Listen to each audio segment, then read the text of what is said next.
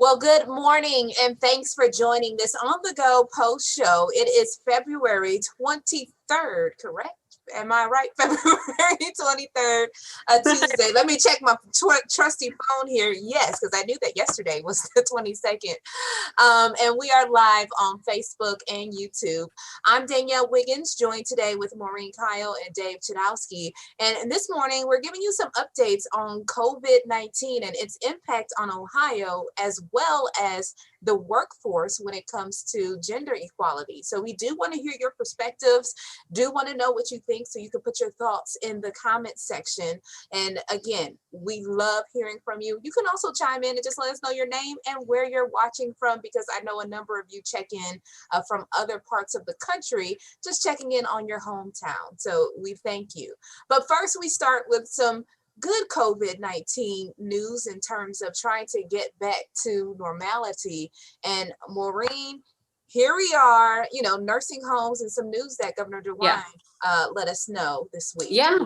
So Governor DeWine, he usually does the Tuesday and Thursday press conference, but he did a Monday one because I think there's a lot of pressing questions that people have. I'm going to make sure I have my numbers correct on the nursing home stuff. So first question, everybody has is, when can I get my vaccine? So he came out yesterday saying they're still working on group 1B. It's going to be a while for everybody else. So, the weather slowed down vaccines coming into Ohio. They're still trying to get people in and vaccinated. So we're going to be on group 1B for a while, was his update. And there's no timetable for people 60 and older, and then they'd go to 55 and older, 50 and older. And he's saying those are the majority of the cases that they're concerned about in those population age groups. So at this point, 65 and older, they're still working on it. Then the other big question was nursing homes. I can't tell you how many people ask me about nursing homes. So the good news there is, he says we're close to coming up with a visitation schedule. We are close to figuring out exactly when nursing homes can reopen to have visitors. This is huge.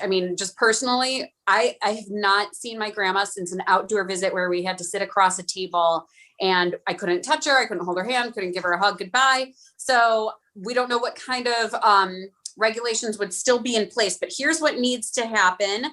It needs to no new cases in the nursing homes for the last 14 days. So they have to go 2 weeks without any cases, no outbreak testing ongoing, and community positivity rate at less than 10%. So when he says that, he was saying it's going to go basically county by county. They're going to have to decide the positivity rate, the risk of reopening nursing homes. I think it's then going to be up to, these are recommendations. So then it's going to be up to the individual nursing homes, because I know with my grandma's, they shut down stricter than he had at first recommended. So, so there's that there. The last update that he gave, UH is testing a COVID medication. So this would be people who are not hospitalized, but you are diagnosed with COVID. You're told, you're not a severe case, you can go home. And this would be a medicine a prescription medication that you would be given to help fight the virus. Yeah, so we'll see what that study really releases and if it helps us as we move hopefully past this pandemic. And Rachel, she goes back to the nursing home, I'm assuming, and she says it needs to happen now as far as letting those visitations. People are dying from loneliness and neglect. So yeah, and I know, Maureen, you talk very frequently about your grandmother in the nursing home, and you guys are waiting, your family just wanting to get out there and see her. Yeah, she's had a decline. My mom and I were talking about it the other day. It's not any less heartbreaking. My mom had a really bad FaceTime with her the other day where she didn't know where she was. She was complaining that she wasn't feeling well. And it's hard as a family. My grandma has all 4 of her children in the area that we would visit, as her grandchild, we would visit. I would make sure I would go at least every other week. And here she has all this family in town wanting to be with her, and it helped keep her mind sharp. And we've just seen the mental decline, the emotional decline. She is sitting in a room all day by herself with no visitors, and it's definitely taken a toll. Keep in mind, she's on the verge of 105. We don't know what that would have been like had she had visitors, but at the same time, her, let's say, she doesn't make it past 105, the last year of her life is a lonely one, no matter what. Yeah. And so really, this is something that we're all going to be looking forward to and really looking to see. So if you have loved ones or friends that are impacted by this, please let us know your thoughts in the comment section. And we do have some good news, though, when it comes to sports.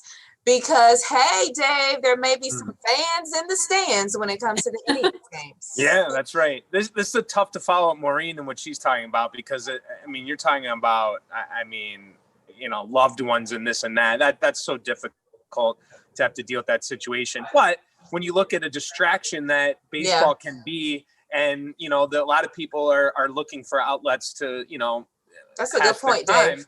And, getting in the ballpark, I know people who really, they depend on that for, a distraction, and, that's what they do. So this is exciting news for fans that, really going to an Indians game is a big part of their life. And believe me, there are people like that.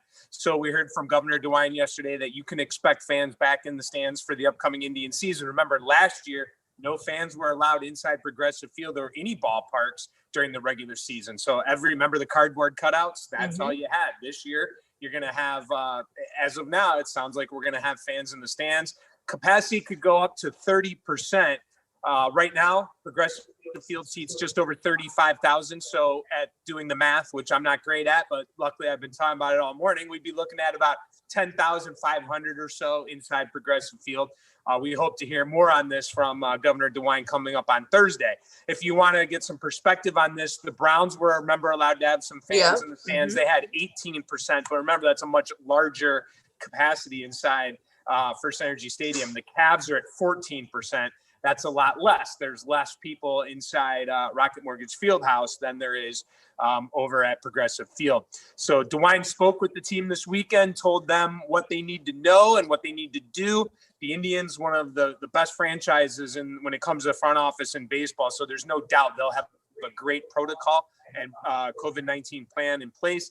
That means obviously masks and sitting in groups, or you could call them pods. Yeah. So I talked to a fan yesterday who said he's kind of bummed out because he just finally got behind home plate, and now he'll have to sit in a pod somewhere else. But, listen, just getting inside will be exciting for him. One last thing I'll end on, though, a note of caution Governor DeWine wanted to throw out. There's that emerging variant in March. So if that becomes the dominant strain and that becomes an issue, things could change in the future. I love what you said about a good distraction. And a lot of times sports is a distraction. So for instance, when the Browns went to the playoffs, it's like, yes, even though we were in the midst of of COVID-19, of the pandemic, it just, even though we were separated, I still feel like it brought us together.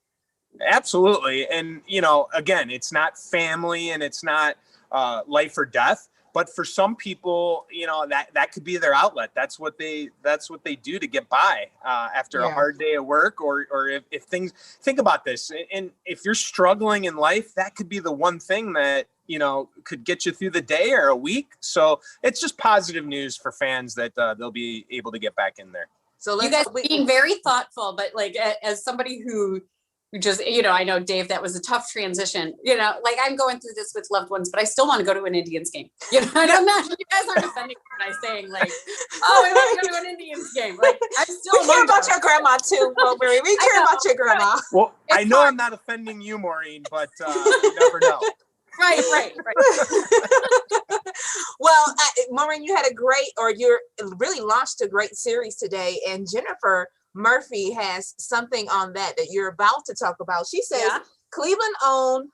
She's Cleveland. She owns a small cleaning business, and this is making it hard to work with kids being home. And you have a series this week about the mother load, exactly what Jennifer is talking about. Right. And this is not, so we have to look at the statistics here. This is not, let me just preface it by saying this is not men versus women. This is not a battle of the sexes here. What this is women versus COVID and families versus COVID. This is the problem, is that a lot of families had to take a look at what was working for them and what wasn't working for them. And a lot of women more women than men, said, I can't do this. I have to stay home. And they quit their jobs. This is, you know, even somebody on Twitter, a man asked me on Twitter, well, what's the numbers? So this was the September figure, 865,000 women compared to 216,000 men. So, so more women decided that they had to leave the workforce. Because of this decision, this brought us back down, and this is a job and labor statistics from the federal government. It brought us back down to the working levels that we were at in the late 1980s, number of women in the workforce.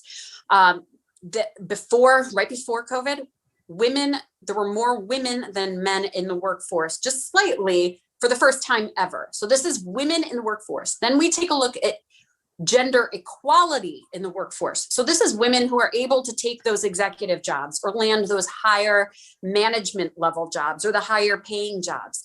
We were not gender equal pre-COVID. I want to make sure that that's understood. So pre-COVID, we would have reached gender equality. Now, this is according to Accenture and a Case Western Reserve professor. We would have reached gender equality in 100 years, 2120. Now, because of this setback that we've had. So this is a setback. It's going to take women a few years to get those jobs again, get back into the role of things, and also raise their pay. Because, you know, when you take a year off, your pay gets lowered, that pay gap gets lowered. So now, I mean, if that trend continues, it's 2171, 150 years from now. So this is the problem. Over the next few days, we're going to take a look at the solutions, what the government's doing, what we can do as families, how culture is changing, how the workplace that you go back to is not going to be the same workplace that you are working in or worked in pre-COVID. So that is the Motherload series. The first piece is already, it's on WKYC.com already. So it's WKYC.com, and it took a look at two women who had to make the decision, do I work or do I make sure I take care of my kids? And I mean, that's, you know, a no-brainer. So they had to step back from the workforce in order to make sure that their kids are taken care of. And tomorrow, Mo, you said you have childcare. So this is more on what the government is doing to immediately get families back to work and kids back in school and back in childcare situations. But then we have to look at this as, what if this happens again? Yeah. Every business is looking at, okay, well, we have to be ready for a pandemic to hit. Childcare has to be ready for a pandemic to hit again, or some situation like this. Right, because remember, you have remote learning, you have the childcare facility shutting down. So it really was heavy on families with children. Yeah. Well, thank you all for joining us. Remember, you can continue to chime in on the stories that we covered here on The Go, and you will see Maureen, Dave, and Holly during the Today Show. And the rest of the Go team will join you tomorrow morning, starting at 4:30 a.m. on Go. Have a great Tuesday, everyone.